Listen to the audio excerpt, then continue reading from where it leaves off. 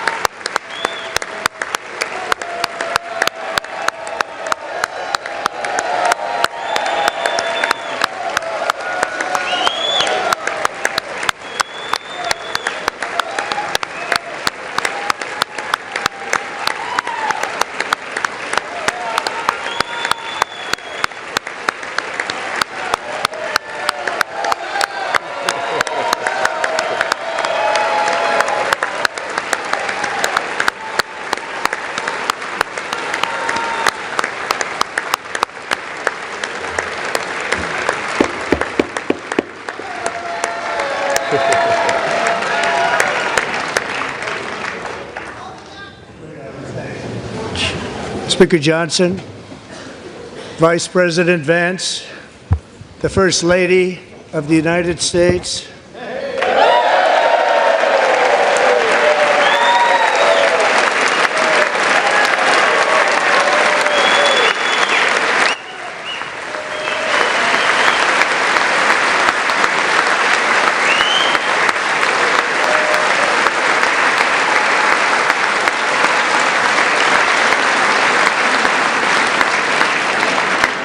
members of the United States Congress, thank you very much.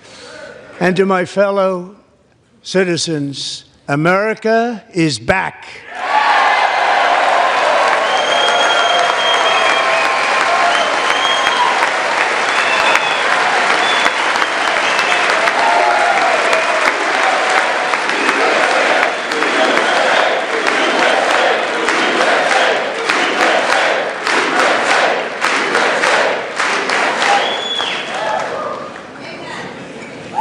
6 weeks ago, I stood beneath the dome of this Capitol and proclaimed the dawn of the golden age of America.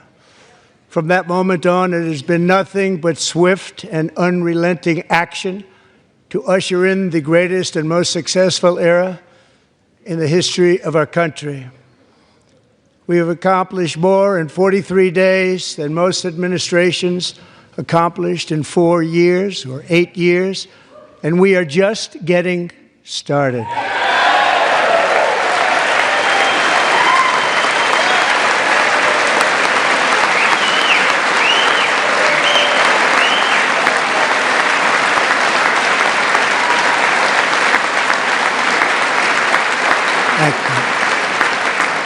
I return to this chamber tonight to report that America's momentum is back, our spirit is back, our pride is back, our confidence is back, and the American dream is surging bigger and better than ever before.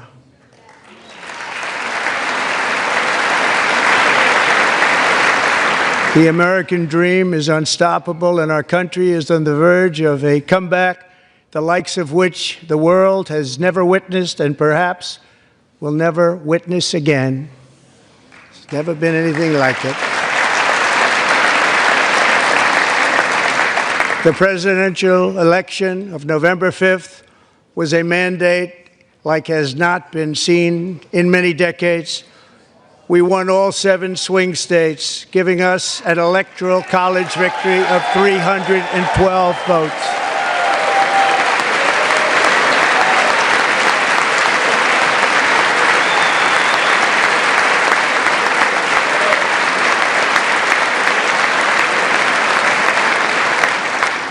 We won the popular vote by big numbers and won counties in our country.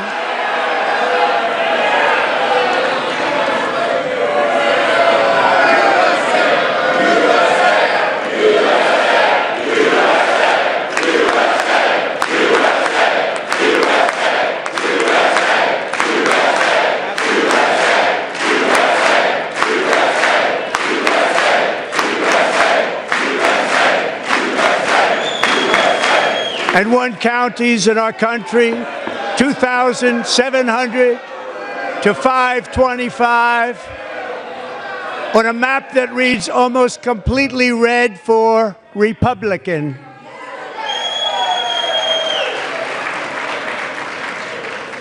Now, for the first time in modern history, more Americans believe that our country is headed in the right direction than the wrong direction. In fact, it's an astonishing record, 27-point swing, the most ever.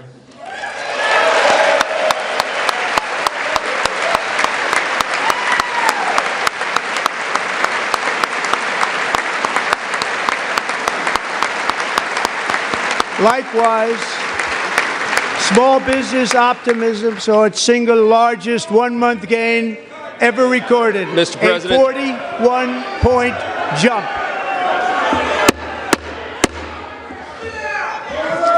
Members are directed to uphold and maintain decorum in the House and to cease any further disruptions. That's your warning.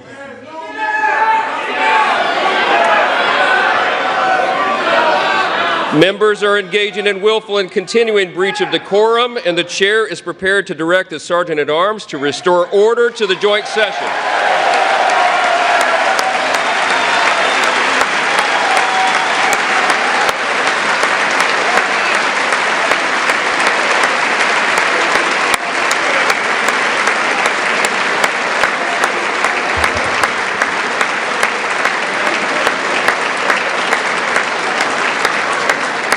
Mr. Green, take your seat.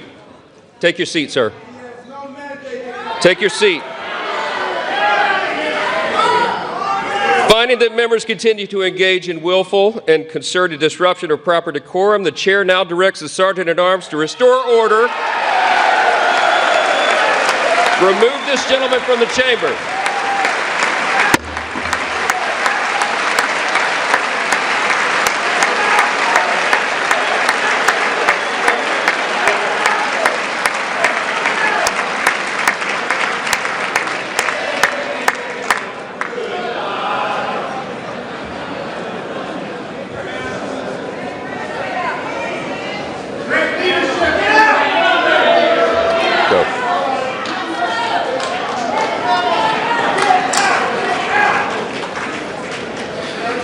Members are directed to uphold and maintain decorum in the House.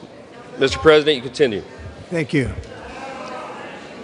Over the past 6 weeks, I have signed nearly 100 executive orders and taken more than 400 executive actions, a record to restore common sense, safety, optimism, and wealth all across our wonderful land. The people elected me to do the job, and I'm doing it.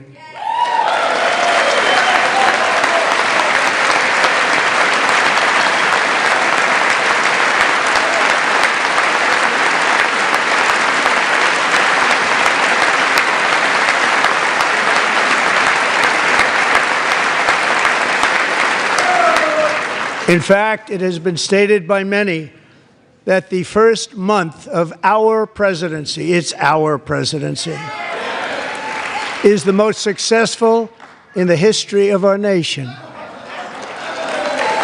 By many.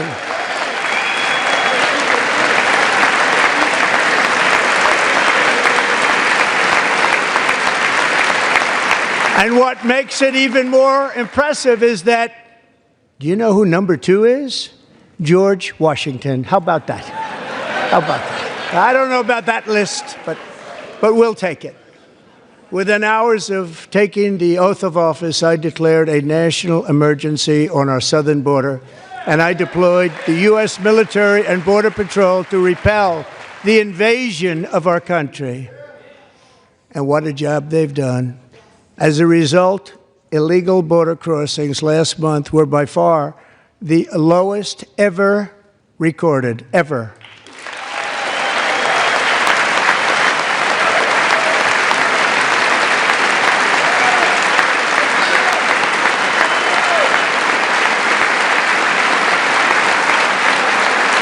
They heard my words and they chose not to come. Much easier that way. In comparison, under Joe Biden, the worst president in American history, there were hundreds of thousands of illegal crossings a month, and virtually all of them, including murderers, drug dealers, gang members, and people from mental institutions and insane asylums, were released into our country. Who would want to do that? This is my 5th such speech to Congress.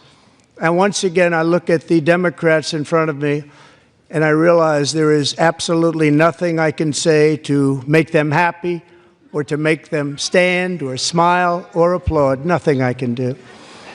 I could find a cure to the most devastating disease, a disease that would wipe out entire nations, or announce the answers to the greatest economy in history, or the stoppage of crime to the lowest levels ever recorded.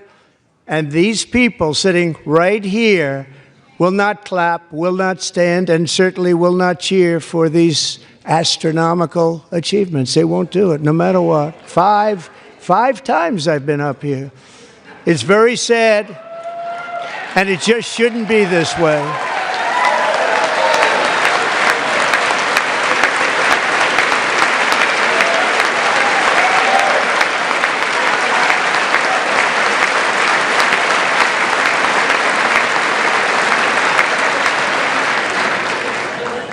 So Democrats sitting before me, for just this one night, why not join us in celebrating so many incredible wins for America?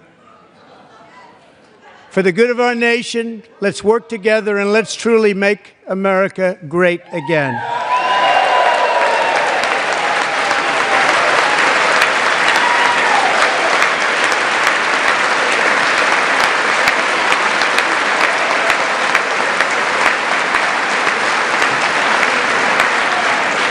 Every day my administration is fighting to deliver the change America needs to bring a future that America deserves, and we're doing it. This is a time for big dreams and bold action. Upon taking office, I imposed an immediate freeze on all federal hiring, a freeze on all new federal regulations, and a freeze on all foreign aid.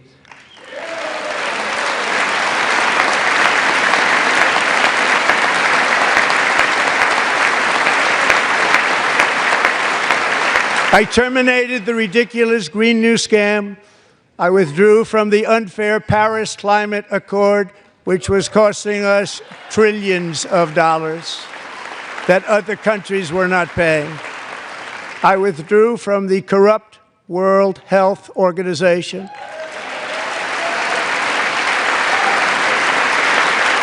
And I also withdrew from the anti-American UN Human Rights Council.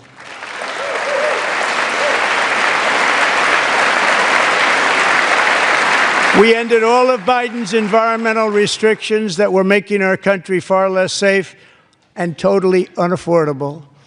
And importantly, we ended the last administration's insane electric vehicle mandate, saving our auto workers and companies from economic destruction.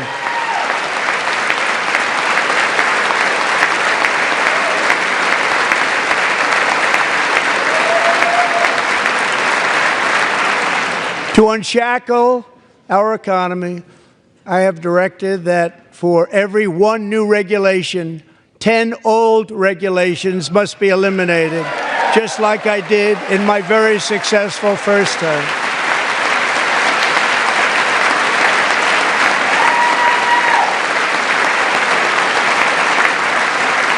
And in that first term, we set records on ending unnecessary rules and regulations like no other president had done before. We ordered all federal workers to return to the office. They will either show up for work in person or be removed from their job.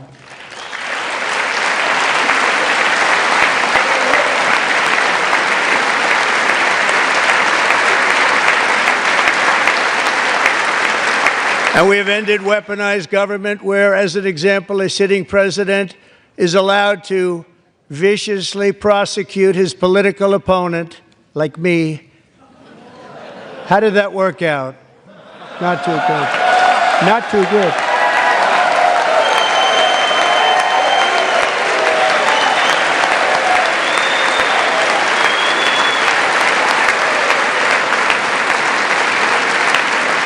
And I have stopped all government censorship and brought back free speech in America. It's back.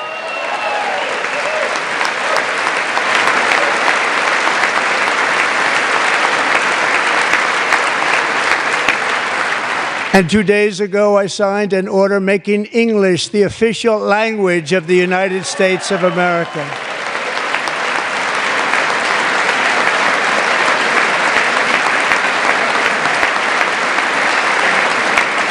I renamed the Gulf of Mexico the Gulf of America.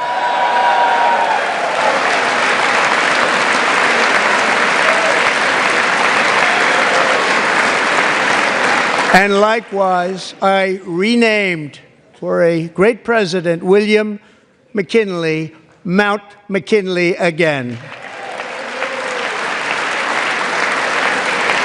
Beautiful Alaska. We love Alaska. We've ended the tyranny of so-called diversity, equity, and inclusion policies all across the entire federal government and indeed the private sector and our military. And our country will be woke no longer.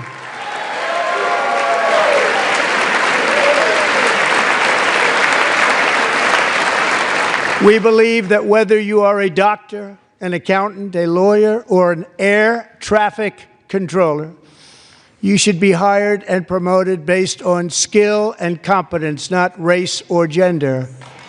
Very important.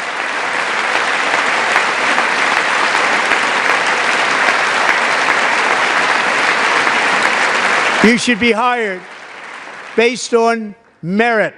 And the Supreme Court, in a brave and very powerful decision, has allowed us to do so. Thank you. Thank you very much.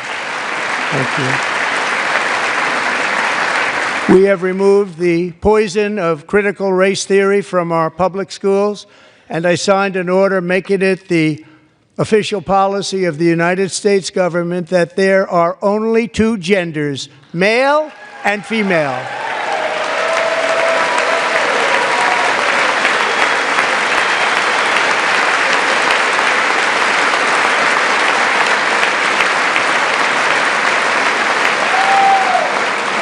I also signed an executive order to ban men from playing in women's sports.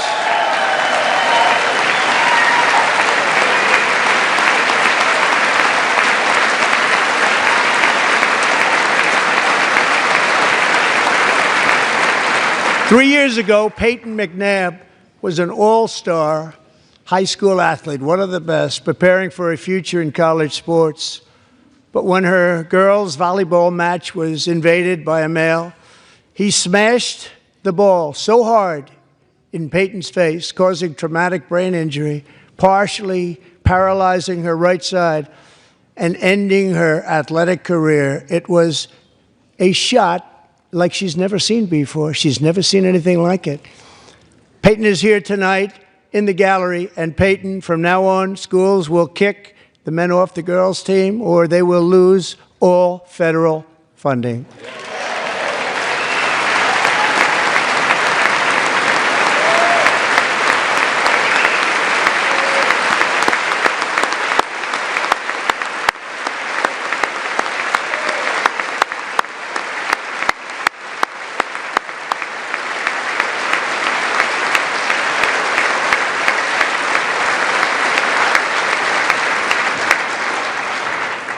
And if you really want to see numbers, just take a look at what happened in the women's boxing, weightlifting, track and field, swimming, or cycling, where a male recently finished a long-distance race 5 hours and 14 minutes ahead of a woman for a new record by 5 hours. Broke the record by 5 hours. It's demeaning for women, and it's very bad for our country. We're not going to put up with it any longer.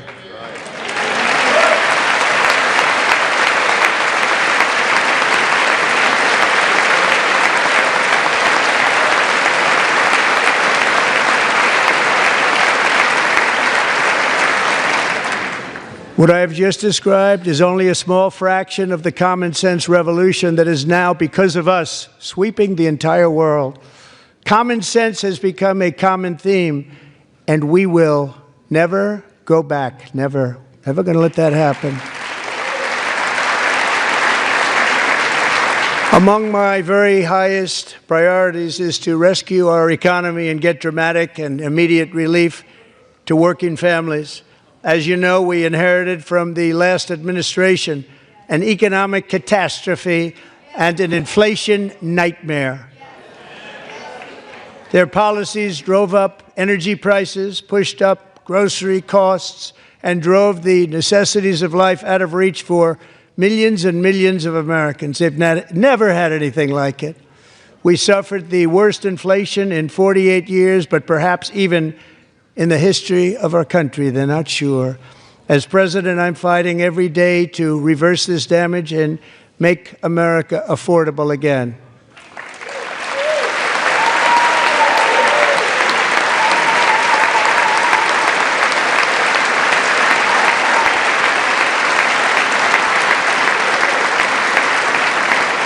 Joe Biden especially let the price of eggs get out of control.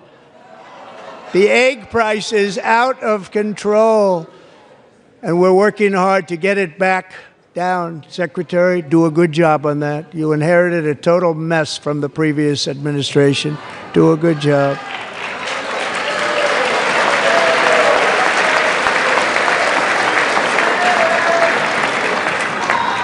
A major focus of our fight to defeat inflation is rapidly reducing the cost of energy.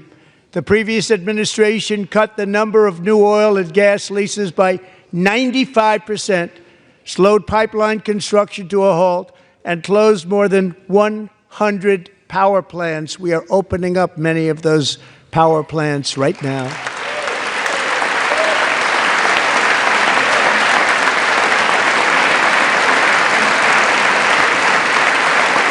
And frankly, we have never seen anything like it.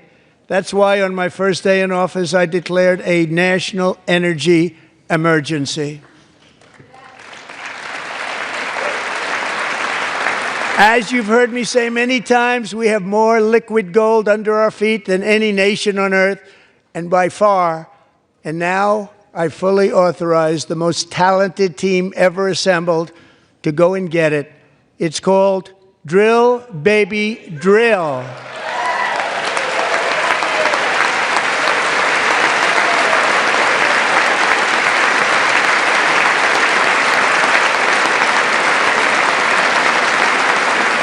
My administration is also working on a gigantic natural gas pipeline in Alaska, among the largest in the world, where Japan, South Korea, and other nations want to be our partner with investments of trillions of dollars each. There's never been anything like that one.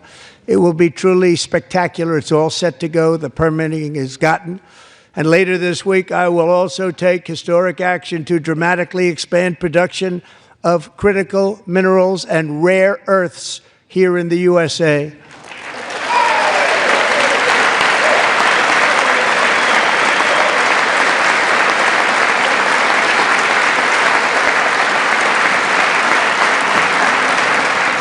To further combat inflation, we will not only be reducing the cost of energy, but will be ending the flagrant waste of taxpayer dollars.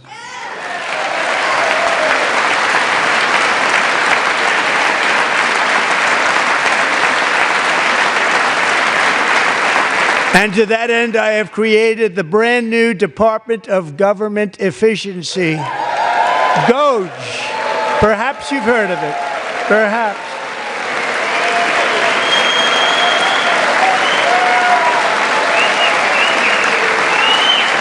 Which is headed by Elon Musk, who is in the gallery tonight.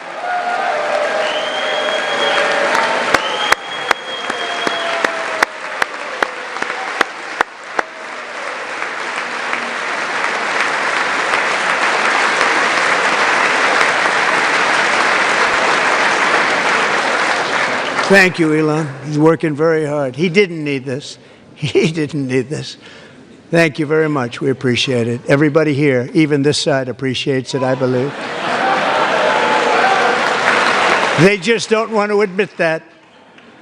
Just listen to some of the appalling waste we have already identified. $22 billion from HHS to provide free housing and cars for illegal aliens. $45 million for diversity, equity, and inclusion scholarships in Burma. $40 million to improve the social and economic inclusion of sedentary migrants. Nobody knows what that is. $8 million to promote LGBTQI+ in the African nation of Lesotho, which nobody has ever heard of. $60 million for indigenous peoples and Afro-Colombian empowerment in Central America. $60 million. $8 million for making mice transgender. This is real. $32 million for a left-wing propaganda operation in Moldova. $10 million for male circumcision in Mozambique. $20 million for the Arab Sesame Street in the Middle East. It's a program. $20 million for a program. $1.9 billion to recently created Decarbonization of Homes Committee, headed up, and we know she's involved. Just at the last moment, the money was passed over by a woman named Stacey Abrams. Have you ever heard of her? A $3.5 million consulting contract for lavish fish monitoring. $1.5 million for voter confidence in Liberia. $14 million for social cohesion in Mali. $59 million for illegal alien hotel rooms in New York City. He's a real estate developer. He's done very well. $250,000 to increase vegan local climate action innovation in Zambia. $42 million for social and behavior change in Uganda. $14 million for improving public procurement in Serbia. $47 million for improving learning outcomes in Asia. Asia's doing very well with learning. I don't know what we're doing. Should use it ourselves.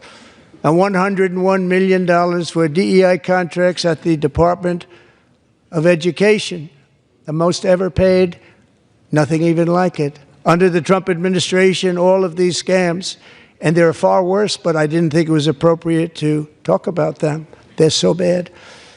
Many more have been found out and exposed and swiftly terminated by a group of very intelligent, mostly young people, headed up by Elon, and we appreciate it. We found hundreds of billions of dollars of fraud.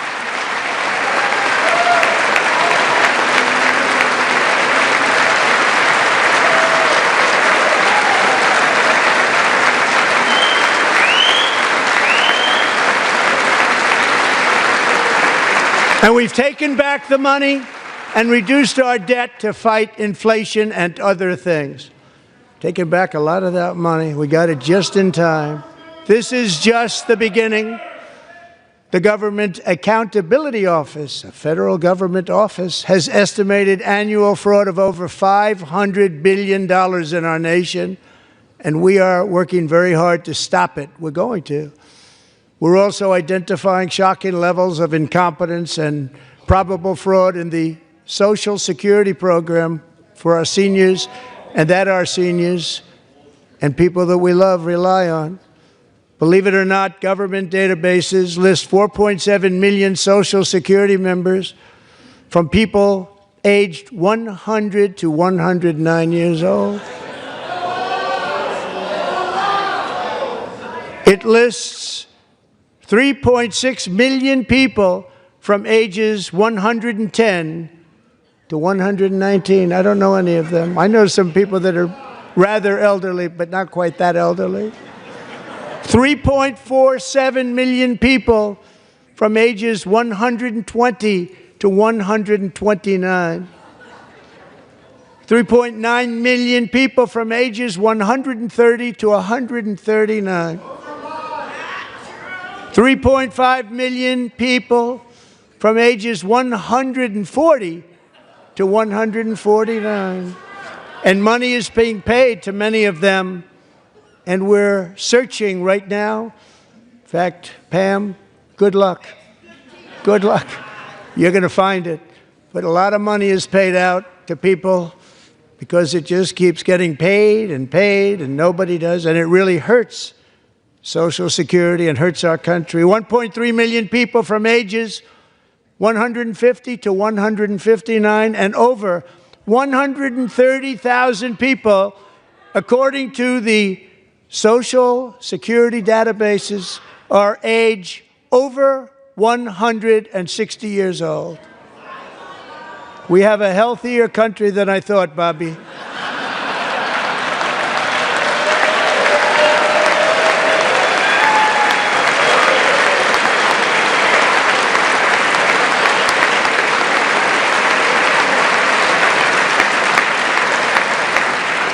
Including, to finish, 1,039 people between the ages of 220 and 229, one person between the age of 240 and 249, and one person is listed at 360 years of age.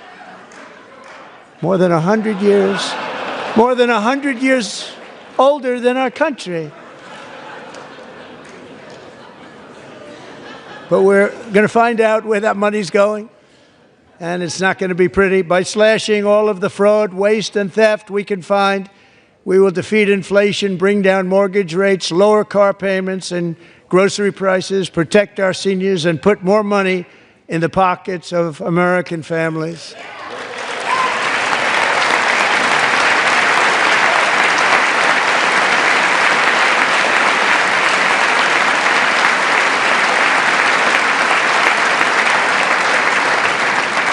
And today, interest rates took a beautiful drop, big, beautiful drop. It's about time. And in the near future, I want to do what has not been done in 24 years, balance the federal budget. We're going to balance it.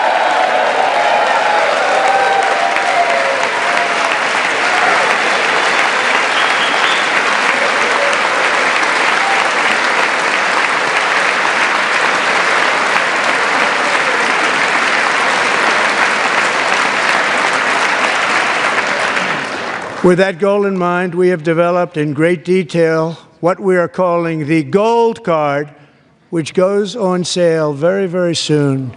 For $5 million, we will allow the most successful job-creating people from all over the world to buy a path to U.S. citizenship. It's like the green card, but better and more sophisticated. And these people will have to pay tax in our country. They won't have to pay tax from where they came. The money that they've made, you wouldn't want to do that, but they have to pay tax, create jobs. They'll also be taking people out of colleges and paying for them so that we can keep them in our country instead of having them being forced out.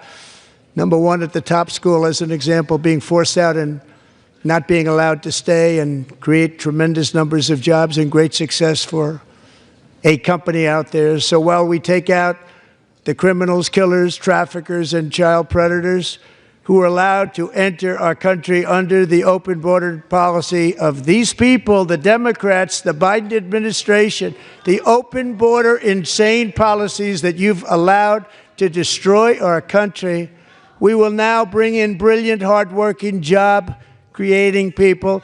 They're going to pay a lot of money, and we're going to reduce our debt with that money.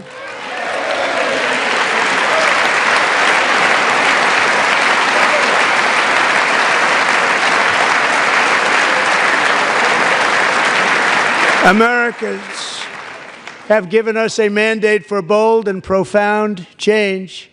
For nearly 100 years, the federal bureaucracy has grown until it has crushed our freedoms, ballooned our deficits, and held back America's potential in every possible way.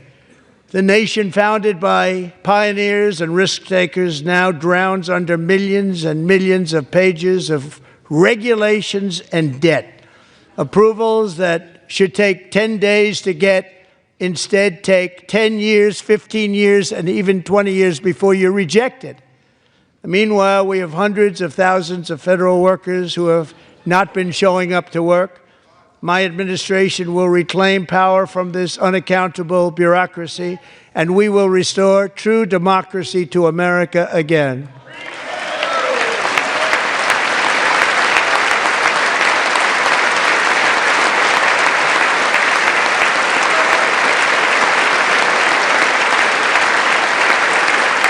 And any federal bureaucrat who resists this change will be removed from office immediately. Because we are draining the swamp. It's very simple. and the days of rule by unelected bureaucrats are over.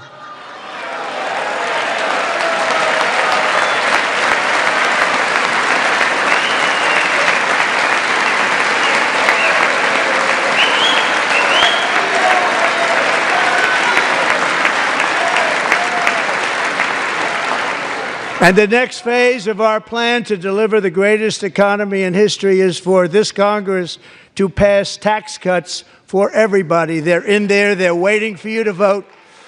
And I'm sure that the people on my right, I don't mean the Republican right, but my right here, I'm sure you're going to vote for those tax cuts, because otherwise I don't believe the people will ever vote you into office. So I'm doing you a big favor by telling you that. But I know this group is going to be voting for the tax.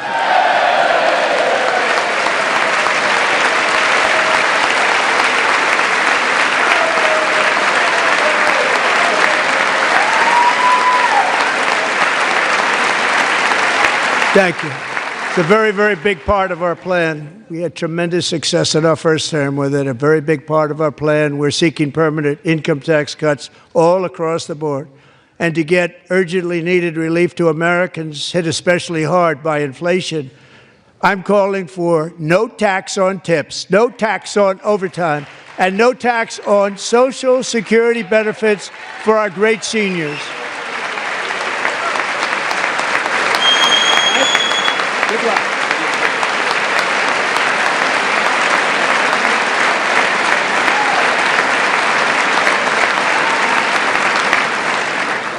And I also want to make interest payments on car loans tax deductible, but only if the car is made in America.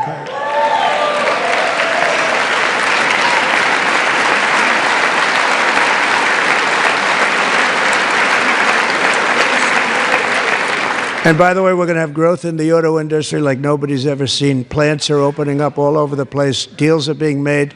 Never seen. That's a combination of the election win and tariffs. It's a beautiful word, isn't it? That, along with our other policies, will allow our auto industry to absolutely boom. It's going to boom. Spoke to the majors today, all three, the top people, and they're so excited. In fact, already numerous car companies have announced that they will be building massive automobile plants in America, with Honda just announcing a new plant in Indiana, one of the largest anywhere in the world.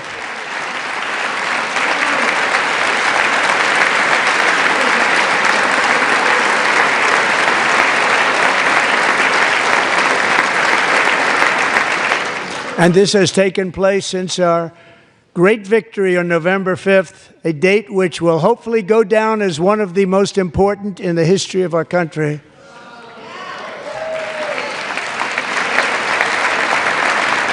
In addition, as part of our tax cuts, we want to cut taxes on domestic production and all manufacturing. And just as we did before, we will provide 100% expensing. It will be retroactive to January 20th, 2025. And it was one of the main reasons why our tax cuts were so successful in our first term, giving us the most successful economy in the history of our country, first term. We had a great first term.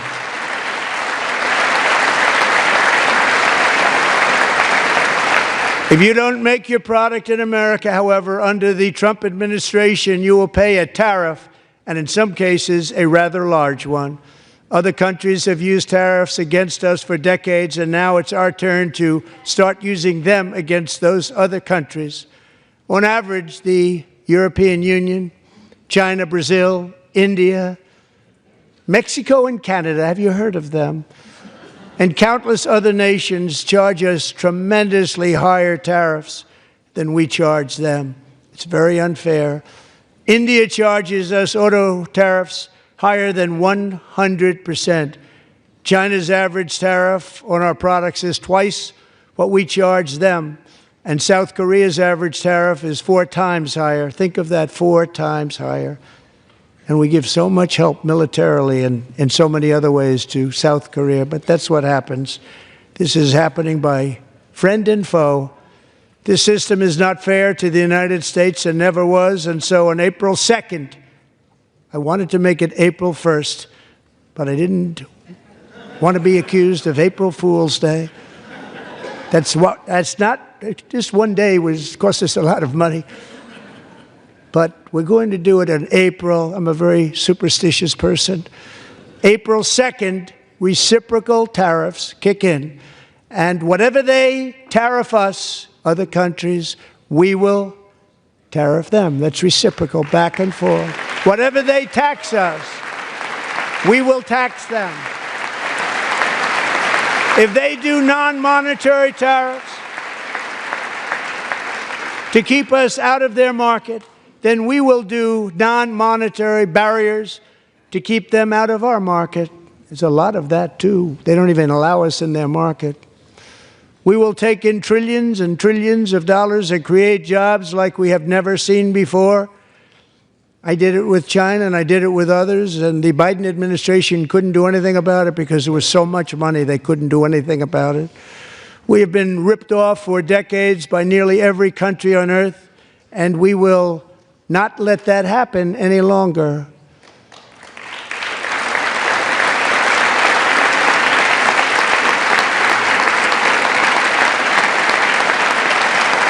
Much has been said over the last 3 months about Mexico and Canada, but we have very large deficits with both of them. But even more importantly, they've allowed fentanyl to come into our country at levels never seen before, killing hundreds of thousands of our citizens and many very young, beautiful people, destroying families.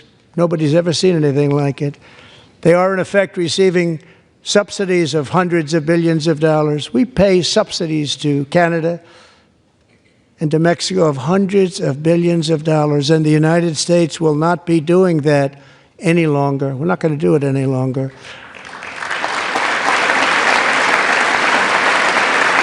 Thanks to our America First policies we're putting into place, we have had $1.7 trillion of new investment in America in just the past few weeks.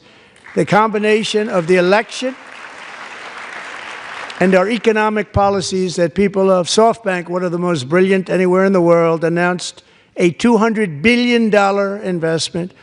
OpenAI and Oracle, Larry Ellison, announced $500 billion investment, which they wouldn't have done if Kamala had won. Apple announced $500 billion investment. Tim Cook called me. He said, I cannot spend it fast enough. It's going to be much higher than that, I believe. They'll be building their plants here instead of in China. And just yesterday, Taiwan Semiconductor, the biggest in the world, most powerful in the world, has a tremendous amount, 97% of the market, announced a $165 billion investment to build the most powerful chips on earth right here in the USA.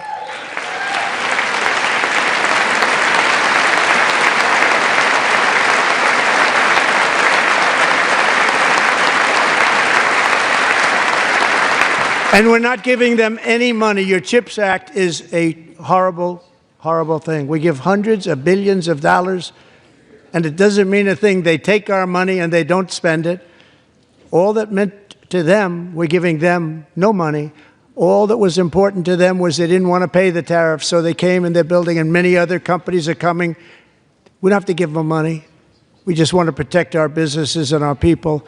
And they will come because they won't have to pay tariffs if they build in America. So it's very amazing. You should get rid of the CHIP Act, and whatever's left over, Mr. Speaker, you should use it to reduce debt or any other reason you want to.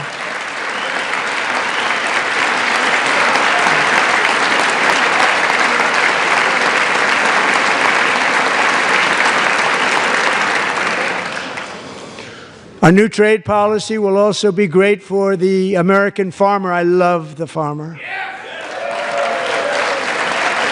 Who will now be selling into our home market, the USA, because nobody is going to be able to compete with you. Because those goods that come in from other countries and companies, they're really in a bad position in so many different ways. They're uninspected. They may be very dirty and disgusting, and they come in and they pour in, and they hurt our American farmers. The tariffs will go on agricultural product coming into America, and our farmers, starting on April 2nd, it may be a little bit of an adjustment period. We had that before when I made the deal with China, $50 billion of purchases, and I said, just bear with me, and they did. They did. Probably have to bear with me again, and this will be even better. That was great. The problem with it was that Biden didn't enforce it. He didn't enforce it. $50 billion of purchases, and we were doing great, but Biden did not enforce it, and it hurt our farmers. But our farmers are going to have a field day right now. So to our farmers, have a lot of fun. I love you too. I love you too. It's all going to happen.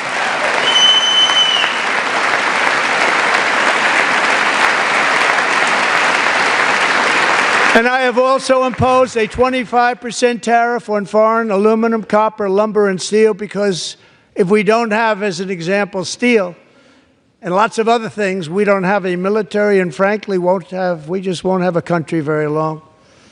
Here today is a proud American steelworker, fantastic person from Decatur, Alabama, Jeff Denard. Has been working at the same steel plant for 27 years in a job that has allowed him to serve as the captain of his local volunteer fire department, raise 7 children with his beautiful wife, Nicole, and over the years provide a loving home for more than 40 foster children. So great, Jeff.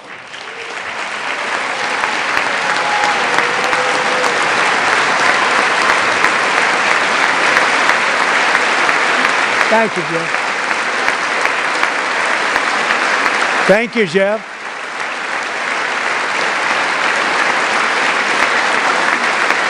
Stories like Jeff's remind us that tariffs are not just about protecting American jobs.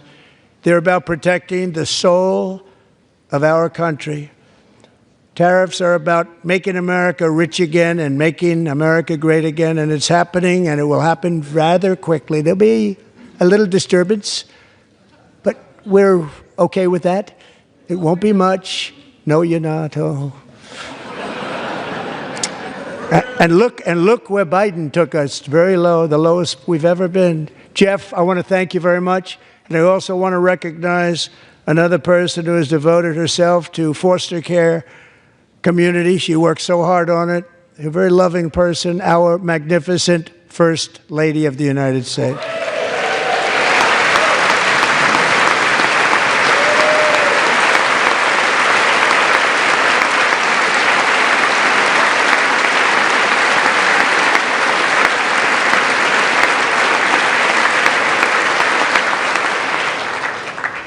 Melania's work has yielded incredible results, helping prepare our nation's future leaders as they enter the workforce. Our First Lady is joined by 2 impressive young women, very impressive. Haley Ferguson, who benefited from the First Lady's Fostering the Future initiative and is poised to complete her education and become a teacher. And Elliston Berry, who became a victim of an illicit deepfake image produced by a peer. With Elliston's help, the Senate just passed the Take It Down Act, and this is so important. Thank you very much, John. John Thune, thank you. Stand up, John. Thank you, John.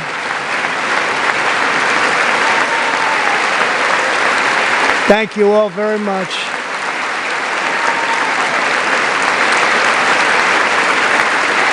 Thank you. And thank you to John Thune and the Senate. Great job. To criminalize the publication of such images online is a terrible, terrible thing. And once it passes the House, I look forward to signing that bill into law. Thank you. And I'm going to use that bill for myself, too, if you don't mind. Because nobody gets treated worse than I do online. Nobody. That's great. Thank you very much to the Senate. Thank you. But if we truly care about protecting Americans' children, no step is more crucial than securing America's borders. Over the past 4 years, 21 million people poured into the United States. Many of them were murderers, human traffickers, gang members, and other criminals from the streets of dangerous cities all throughout the world.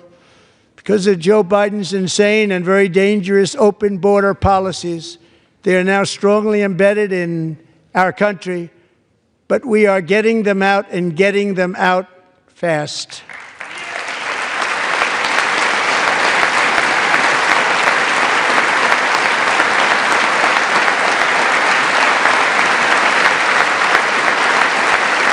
And I want to thank Tom Homan and Christy. I want to thank you and Paul of Border Patrol. I want to thank you. What a job they've all done. Everybody, Border Patrol, ICE, law enforcement in general is incredible. We have to take care of our law enforcement. Have to.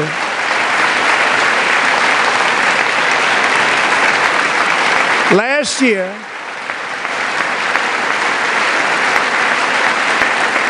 a brilliant 22-year-old nursing student named Laken Riley, the best in her class, admired by everybody, went out for a jog on the campus of the University of Georgia. That morning, Laken was viciously attacked, assaulted, beaten, brutalized, and horrifically murdered. Laken was stolen from us by a savage illegal alien gang member who was arrested while trespassing across Biden's open southern border and then set loose into the United States under the heartless policies of that failed administration. It was indeed a failed administration. He had then been arrested and released in a Democrat-run sanctuary city, a disaster, before ending the life of this beautiful young angel. With us this evening are Laken's beloved mother, Allison, and her sister, Lauren.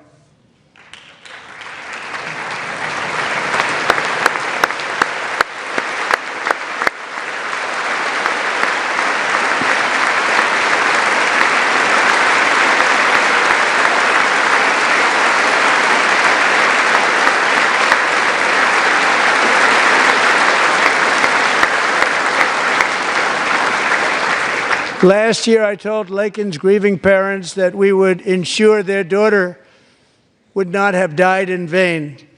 That's why the very first bill I signed into law as your 47th president mandates the detention of all dangerous criminal aliens who threaten public safety. It's a very strong, powerful act.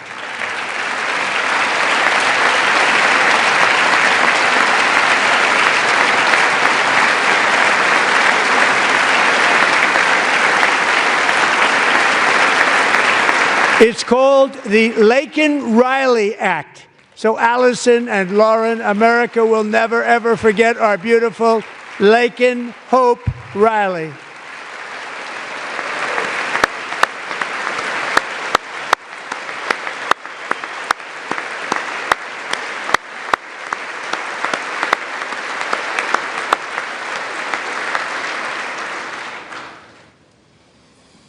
Thank you very much.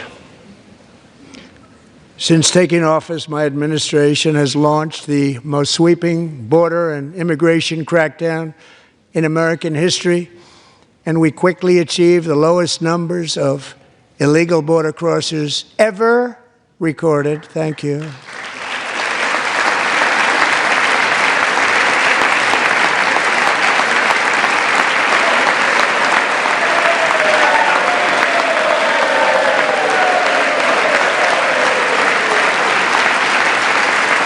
The media and our friends in the Democrat Party kept saying we needed new legislation, we must have legislation to secure the border.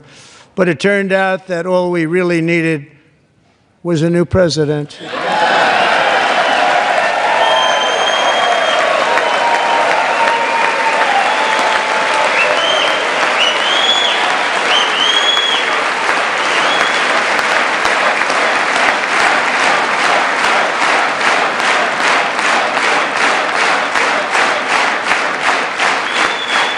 Thank you. Joe Biden didn't just open our borders, he flew illegal aliens over them to overwhelm our schools, hospitals, and communities throughout the country. Entire towns like Aurora, Colorado, and Springfield, Ohio, buckled under the weight of the migrant occupation and corruption like nobody's ever seen before. Beautiful towns destroyed. Now, just as I promised in my inaugural address, we are achieving the great liberation of America.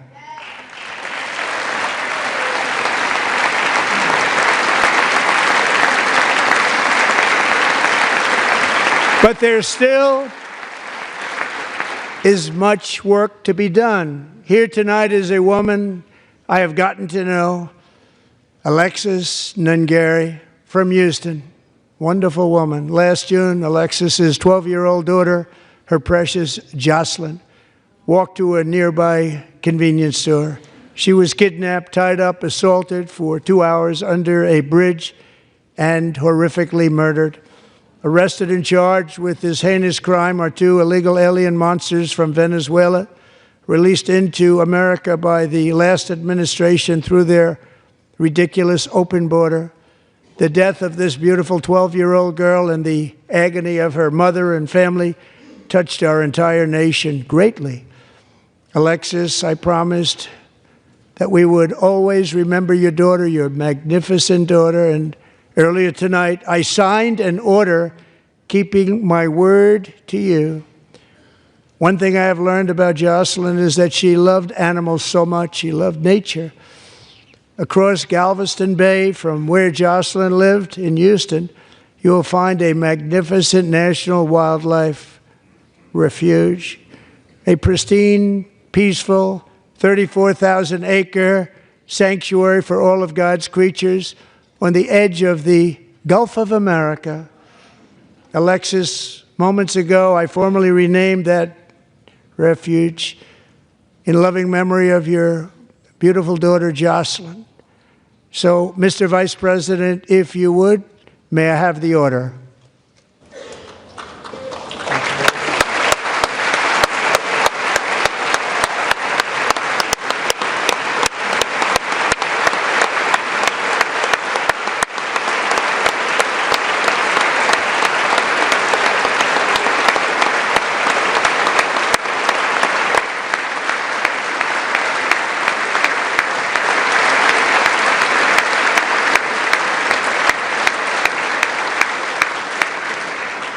Thank you very much.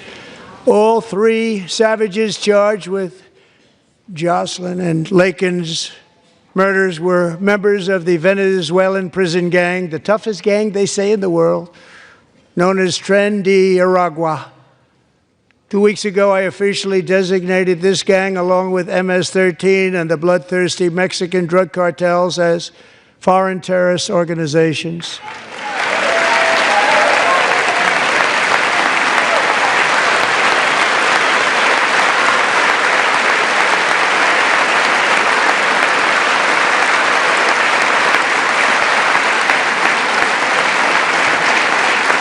They are now officially in the same category as ISIS, and that's not good for them.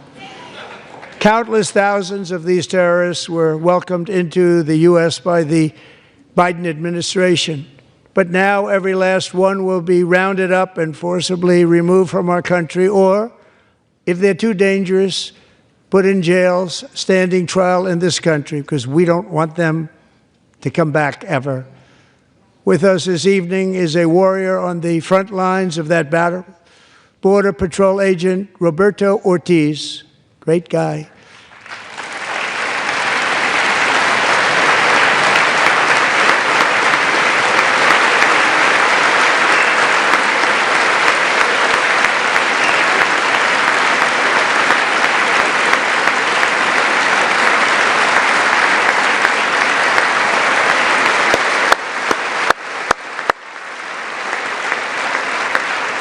In January, Roberto and another agent were patrolling by the Rio Grande near an area known as Cartel Island. Doesn't sound too nice to me.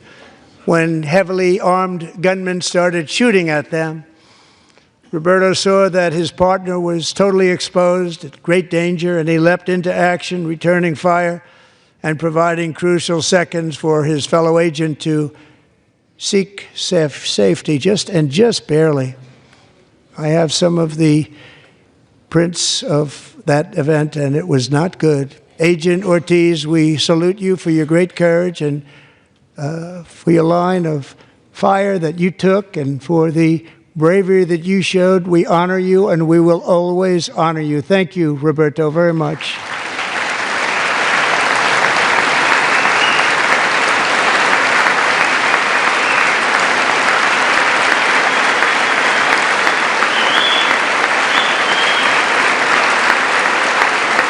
Thank you, Roberto.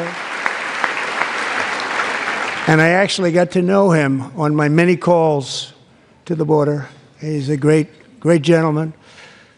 The territory to the immediate south of our border is now dominated entirely by criminal cartels that murder, rape, torture, and exercise total control. They have total control over a whole nation, posing a grave threat to our national security. The cartels are waging war on America, and it's time for America to wage war on the cartels, which we are doing.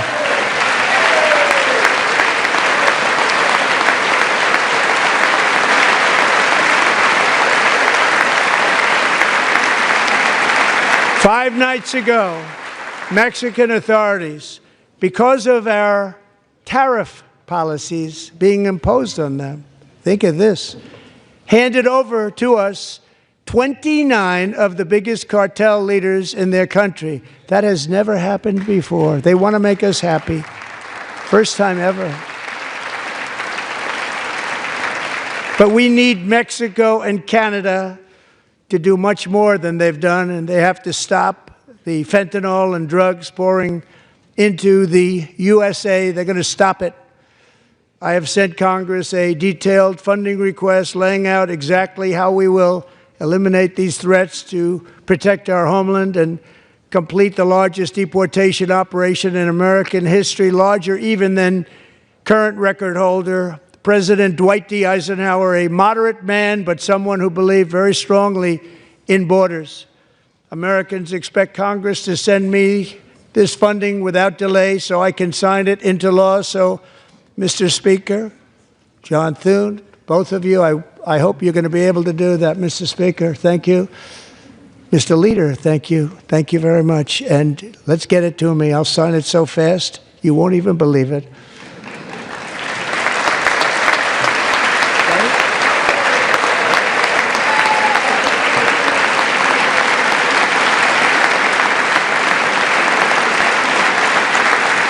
And as we reclaim our sovereignty, we must also bring back law and order to our cities and towns.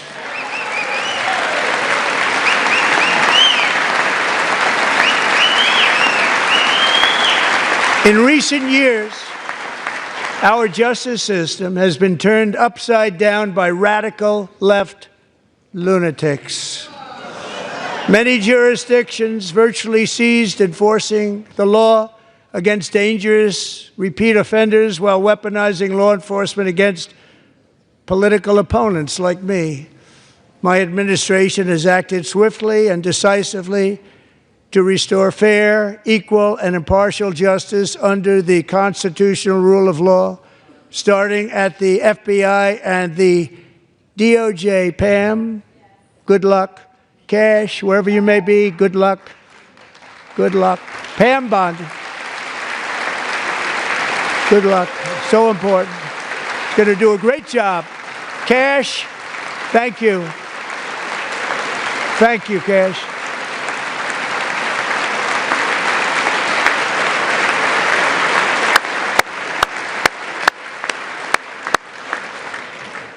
They've already started very strong. They're going to do a fantastic job. You're going to be very proud of them.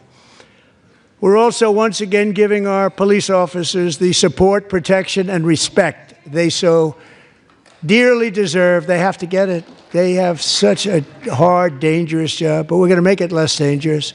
The problem is the bad guys don't respect the law, but they're starting to respect it, and they soon will respect it. This also includes our great fire departments throughout the country. Our firemen and women are unbelievable people, and we'll never forget them. And besides that, they voted for me in record numbers, so I have no choice.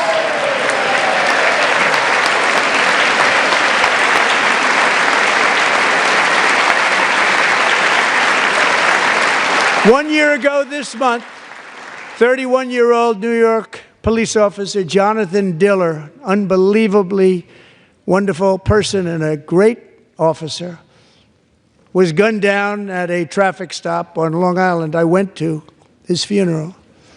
The vicious criminal charged with his murder had 21 prior arrests, and they were rough arrests, too. He was a real bad one. The thug in the seat next to him had 14 prior arrests and went by the name of Killer. He was Killer. He killed other people, they say, a lot of them. I attended Officer Diller's service, and when I met his wife and one-year-old son, Ryan, it was very inspirational, actually. His widow's name is Stephanie, and she is here tonight. Stephanie, thank you very much, Stephanie. Thank you very much.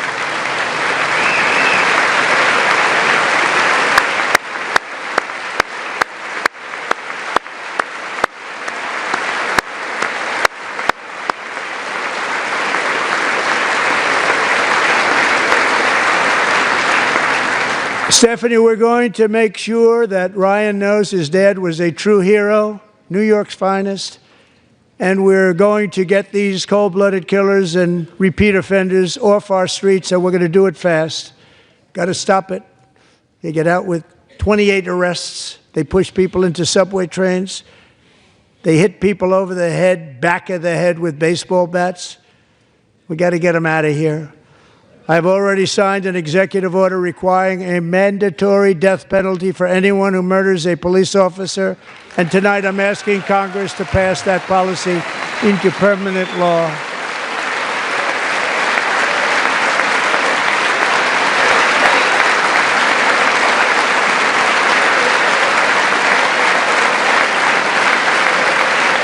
I'm also asking for a new crime bill getting tough on repeat offenders while enhancing protections for America's police officers so they can do their jobs without fear of their lives being totally destroyed. They don't want to be killed. We're not going to let them be killed. Joining us in the gallery tonight is a young man who truly loves our police. His name is DJ Daniel. He is 13 years old, and he has always dreamed of becoming a police officer.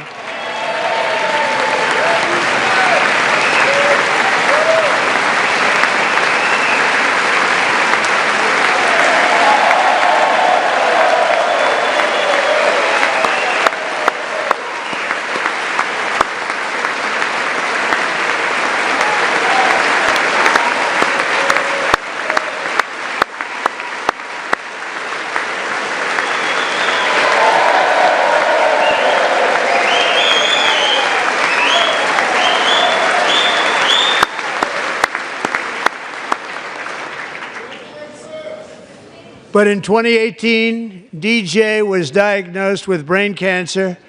The doctors gave him 5 months at most to live. That was more than 6 years ago.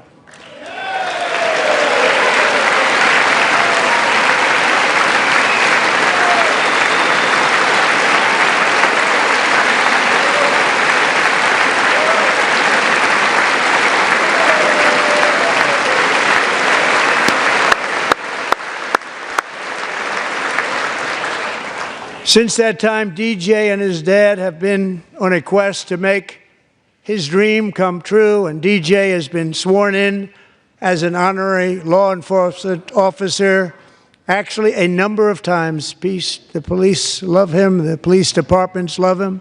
And tonight, DJ, we're going to do you the biggest honor of them all. I am asking our new Secret Service Director, Sean Curran, to officially make you an agent of the United States Secret Service.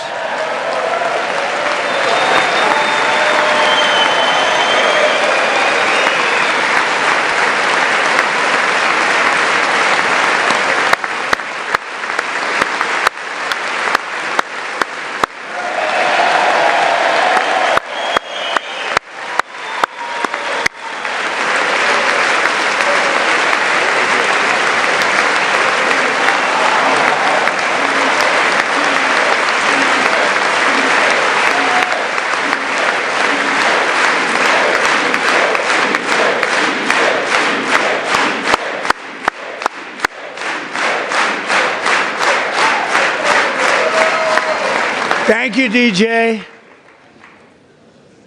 DJ's doctors believe his cancer likely came from a chemical he was exposed to when he was younger. Since 1975, rates of child cancer have increased by more than 40%. Reversing this trend is one of the top priorities for our new presidential commission to make America healthy again, chaired by our new Secretary of Health and Human Services, Robert F. Kennedy, Jr.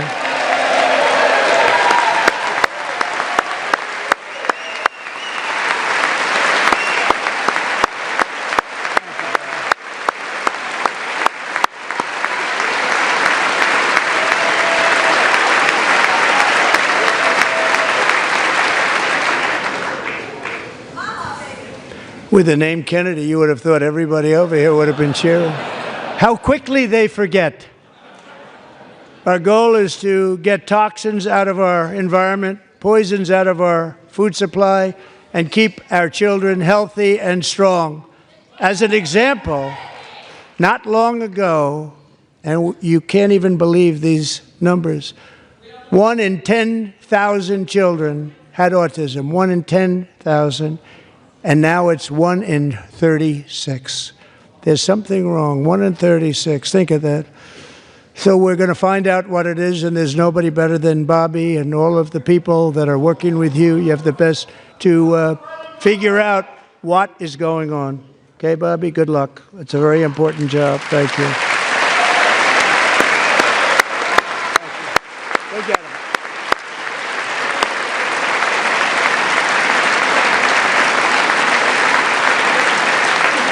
Thank you. My administration is also working to protect our children from toxic ideologies in our schools. A few years ago, January Littlejohn and her husband discovered that their daughter's school had secretly socially transitioned their 13-year-old little girl. Teachers and administrators conspired to deceive January and her husband while encouraging her daughter to use a new name and pronouns.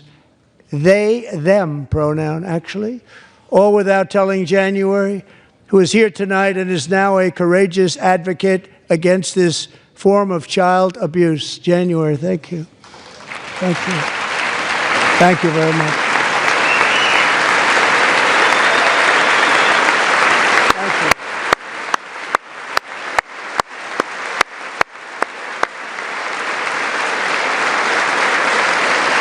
Thank you. Thank you.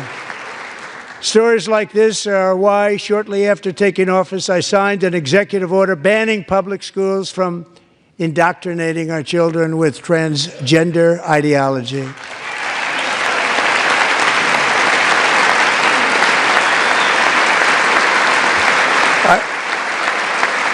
I also signed an order to cut off all taxpayer funding to any institution that engages in the sexual mutilation of our youth.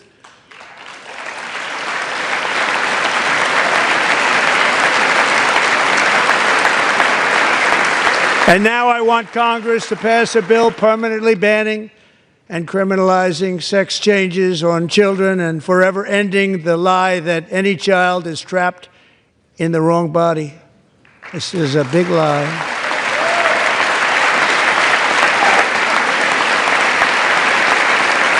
And our message to every child in America is that you are perfect exactly the way God made you.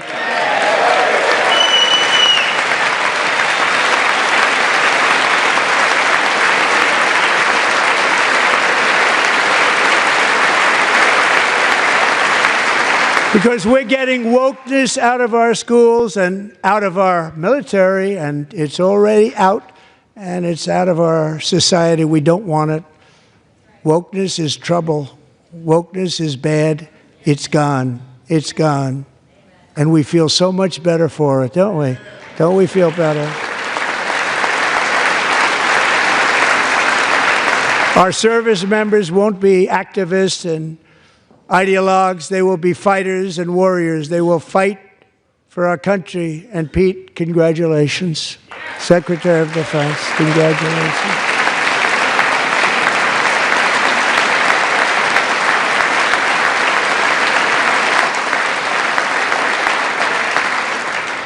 And he's not big into the woke movement, I can tell you. I know him well.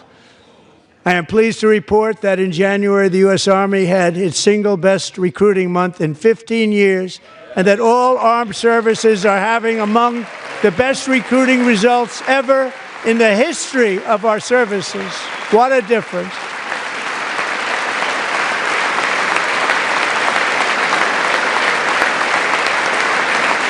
And you know, it was just a few months ago where the results were exactly the opposite. We couldn't recruit anywhere. We couldn't recruit. Now we're having the best results just about that we've ever had. What a tremendous turnaround. It's really a beautiful thing to see. People love our country again. It's very simple. They love our country, and they love being in our military again. So it's a great thing, and thank you very much. Great job. Thank you.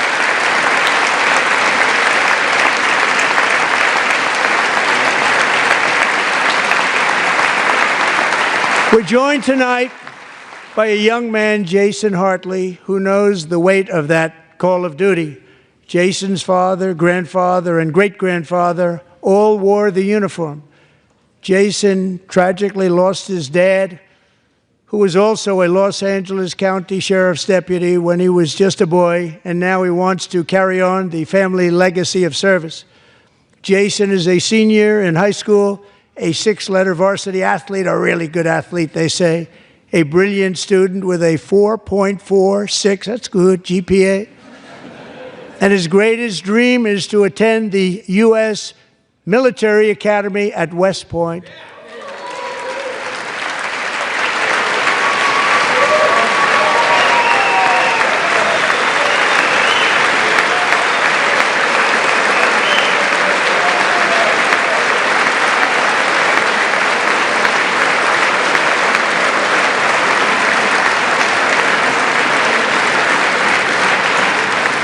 And Jason, that's a very big deal getting in. That's a hard one to get into. But I'm pleased to inform you that your application has been accepted.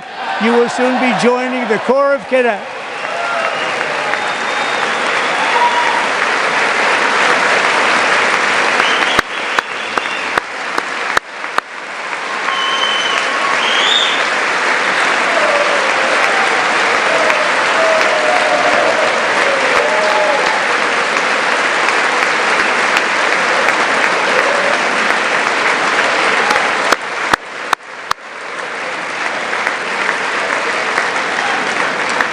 Thank you.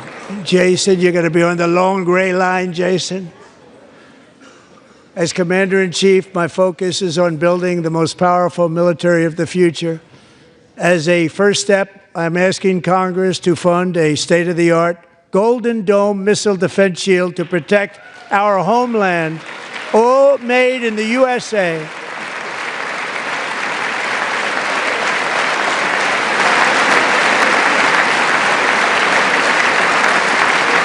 And Ronald Reagan wanted to do it long ago, but the technology just wasn't there, not even close. But now we have the technology. It's incredible, actually.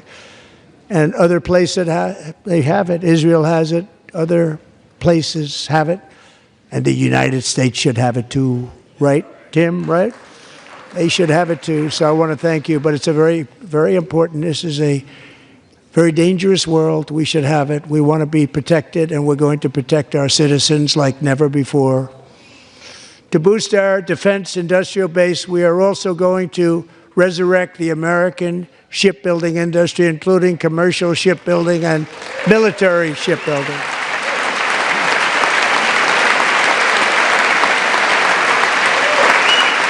And for that purpose, I am announcing tonight that we will create a new Office of Shipbuilding in the White House and offer special tax incentives to bring this industry home to America where it belongs. We used to make so many ships. We don't make them anymore very much, but we're going to make them very fast, very soon. It will have a huge impact. To further enhance our national security, my administration will be reclaiming the Panama Canal, and we've already started doing it.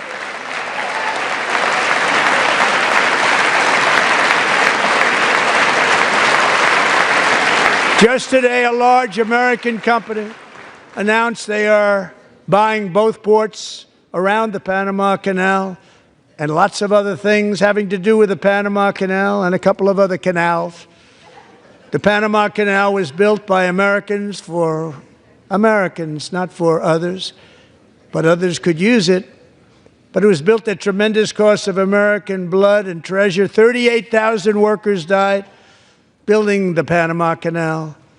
They died of malaria. They died of snake bites and mosquitoes. Not a nice place to work. They paid them very highly to go there, knowing there was a 25% chance that they would die. The most expensive project also that was ever built in our country's history, if you bring it up to modern day costs. It was given away by the Carter administration for $1. But that agreement has been violated very severely. We didn't give it to China. We gave it to Panama, and we're taking it back.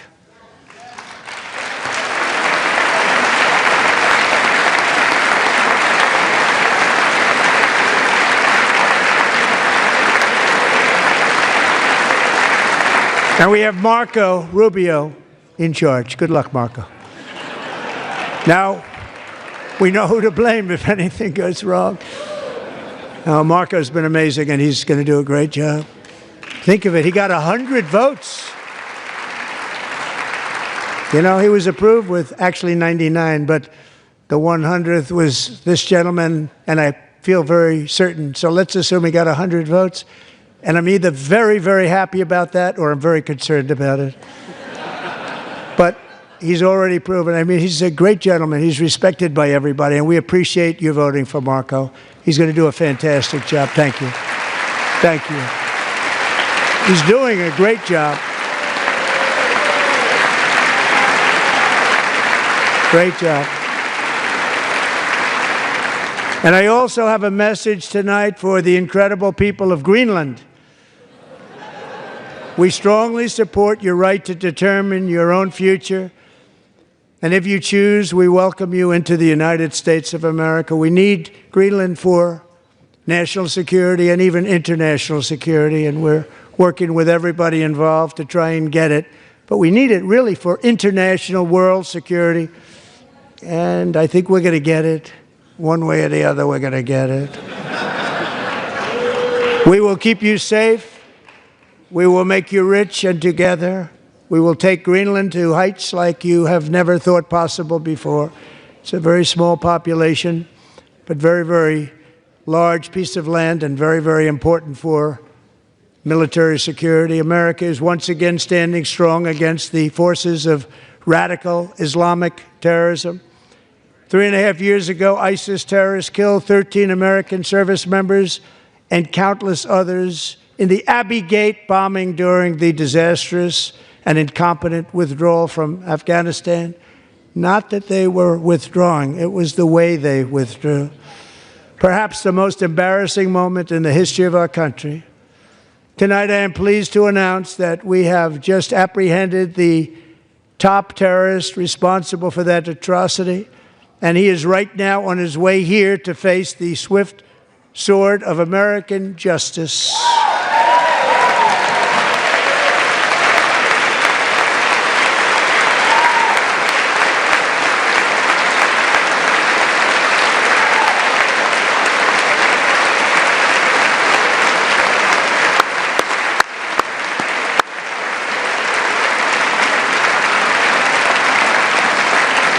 And I want to thank especially the government of Pakistan for helping arrest this monster.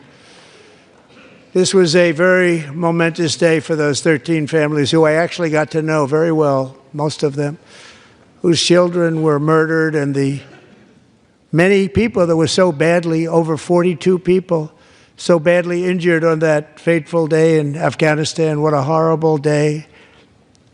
Such incompetence was shown that when Putin saw what happened, I guess he said, wow, maybe this is my chance. That's how bad it was. Should have never happened. Grossly incompetent people.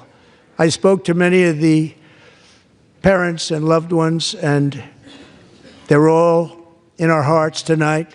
Just spoke to them on the phone. We had a big call every one of them called, and everybody was on the line, and they did nothing but cry with happiness. They were very happy as you can be under those circumstances. Their child, brother, sister, son, daughter was killed for no reason whatsoever. In the Middle East, we're bringing back our hostages from Gaza. In my first term, we achieved one of the most groundbreaking peace agreements in generations, the Abraham Accords.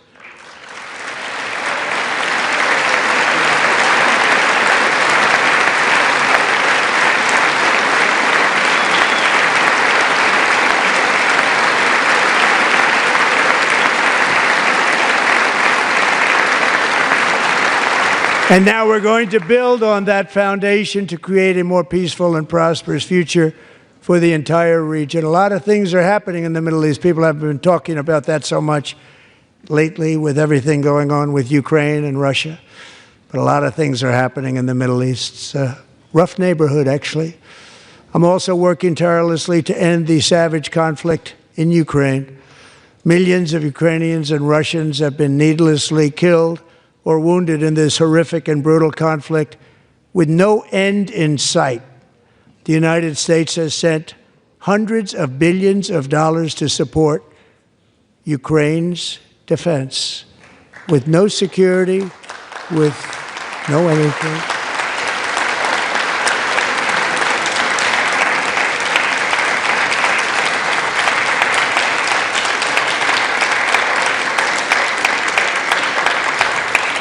Do you want to keep it going for another 5 years? Yeah, you would say Pocahontas says yes.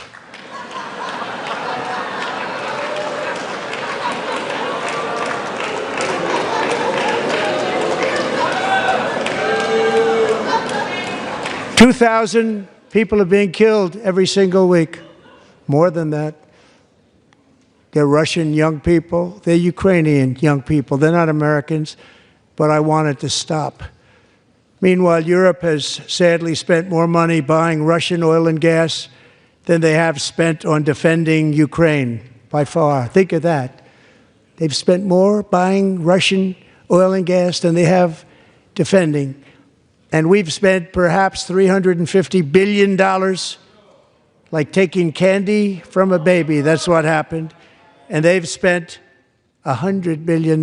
What a difference that is. And we have an ocean separating us, and they don't. But we're getting along very well with them, and lots of good things are happening. Biden has authorized more money in this fight than Europe has spent by billions and billions of dollars. It's hard to believe that they wouldn't have stopped it and said at some point, come on, let's equalize. You got to be equal to us. But that didn't happen. Earlier today, I received an important letter from President Zelensky of Ukraine. The letter reads, Ukraine is ready to come to the negotiating table as soon as possible to bring lasting peace closer. Nobody wants peace more than the Ukrainians, he said. My team and I stand ready to work under President Trump's strong leadership to get a peace that lasts. We do really value how much America has done to help Ukraine maintain its sovereignty and independence. Regarding the agreement on minerals and security, Ukraine is ready to sign it at any time that is convenient for you. I appreciate that he sent this letter, just got it a little while ago. Simultaneously, we've had serious discussions with Russia and have received strong signals that they are ready for peace. Wouldn't that be beautiful? Wouldn't that be beautiful?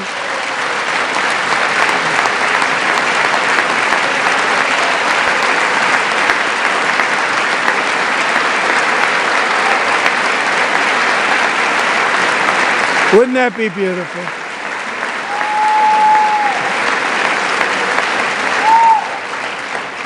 It's time to stop this madness. It's time to halt the killing. It's time to end this senseless war. If you want to end wars, you have to talk to both sides. Nearly 4 years ago, amid rising tensions, a history teacher named Mark Fogel was detained in Russia and sentenced to 14 years in a penal colony. Rough stuff.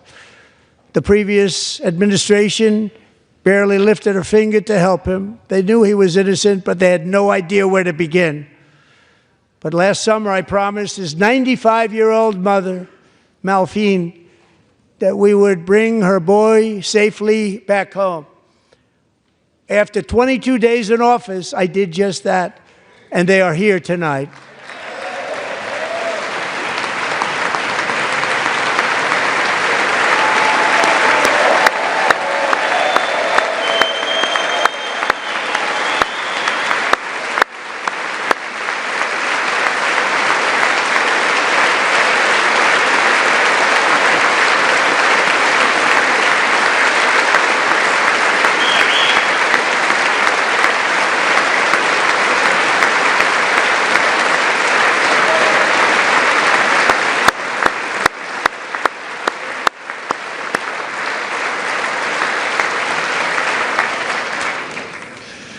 To Mark and his great mom, we are delighted to have you safe and sound and with us.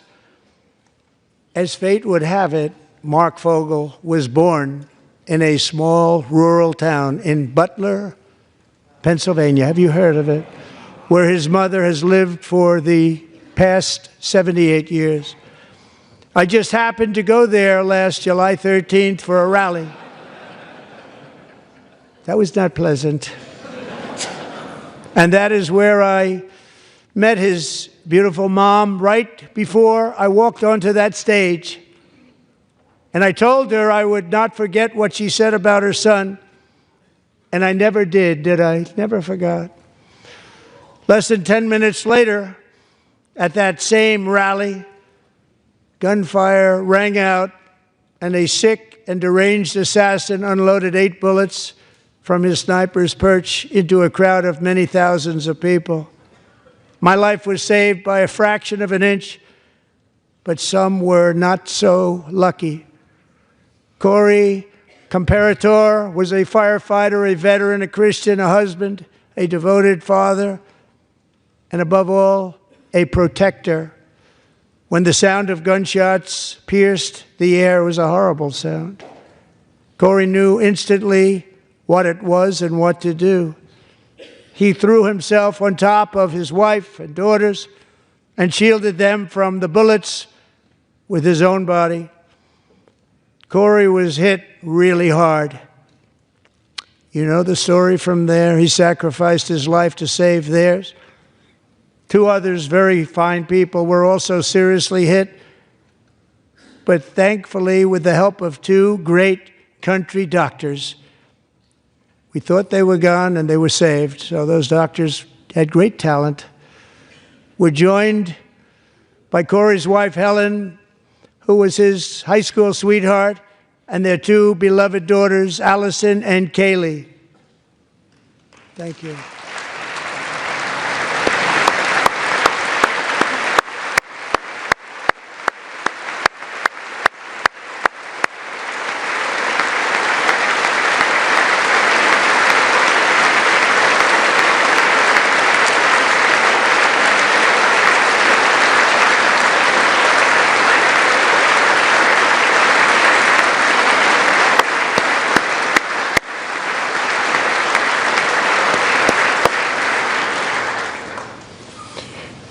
To Helen, Allison, and Kaylee, Corey is looking down on his 3 beautiful ladies right now, and he is cheering you on. He loves you. He is cheering you on. Corey was taken from us much too soon, but his destiny was to leave us all with a shining example of the selfless devotion of a true American patriot. It was love like Corey's that built our country, and it's love like Corey's that is going to make our country more majestic than ever before. I believe that my life was saved that day in Butler for a very good reason. I was saved by God to make America great again. I believe that. Thank you. Thank you.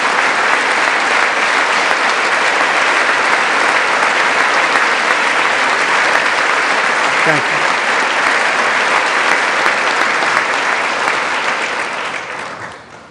Thank you very much. From the patriots of Lexington and Concord to the heroes of Gettysburg and Normandy, from the warriors who crossed the Delaware to the trailblazers who climbed the Rockies, and from the legends who soared at Kitty Hawk to the astronauts who touched the moon, Americans have always been the people who defied all odds, transcended all dangers, made the most extraordinary sacrifices, and did whatever it took to defend our children, our country, and our freedom.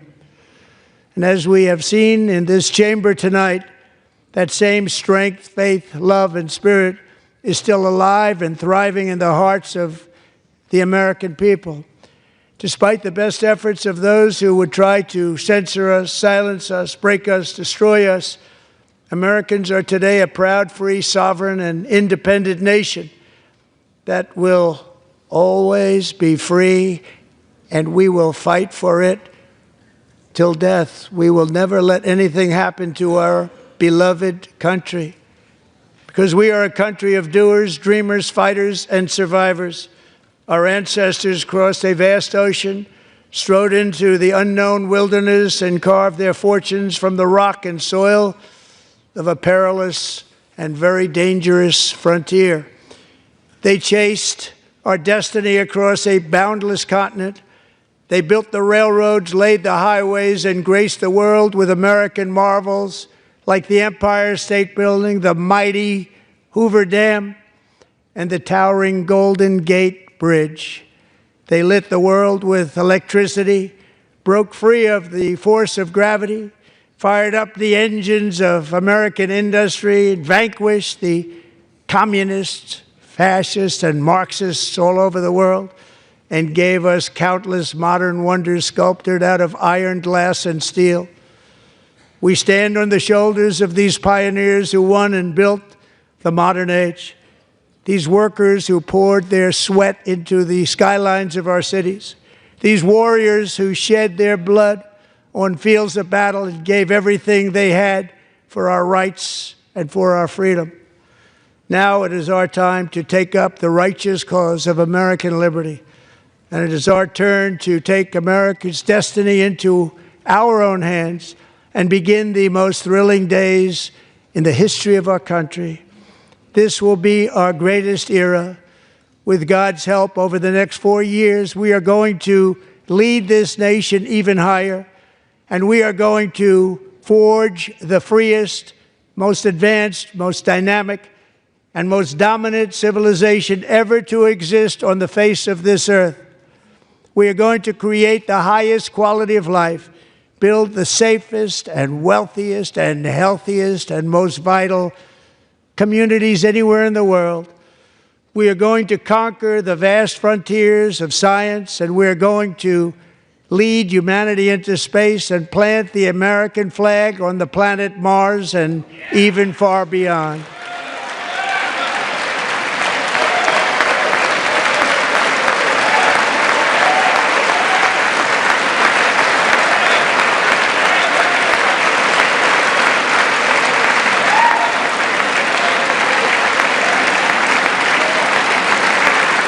And through it all, we are going to rediscover the unstoppable power of the American spirit. And we are going to renew unlimited promise of the American dream. Every single day, we will stand up and we will fight, fight, fight for the country our citizens believe in and for the country our people deserve.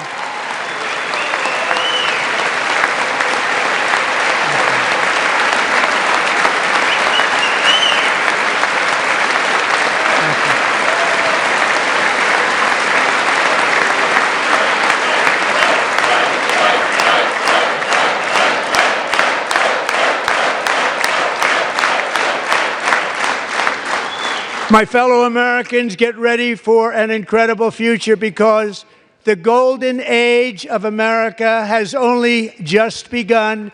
It will be like nothing that has ever been seen before. Thank you, God bless you, and God bless America.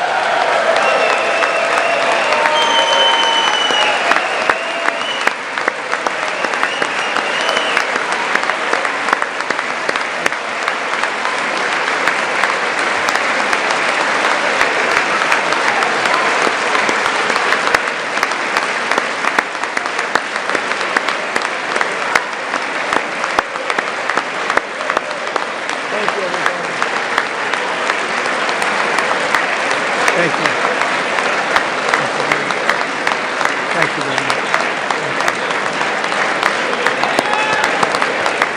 Thank you very much.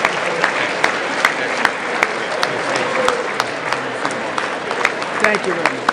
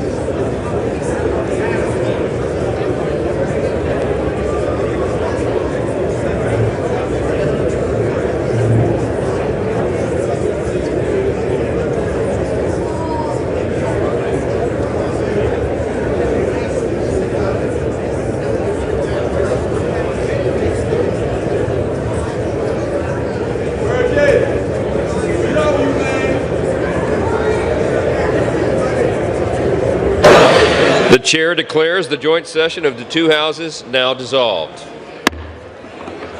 Ready?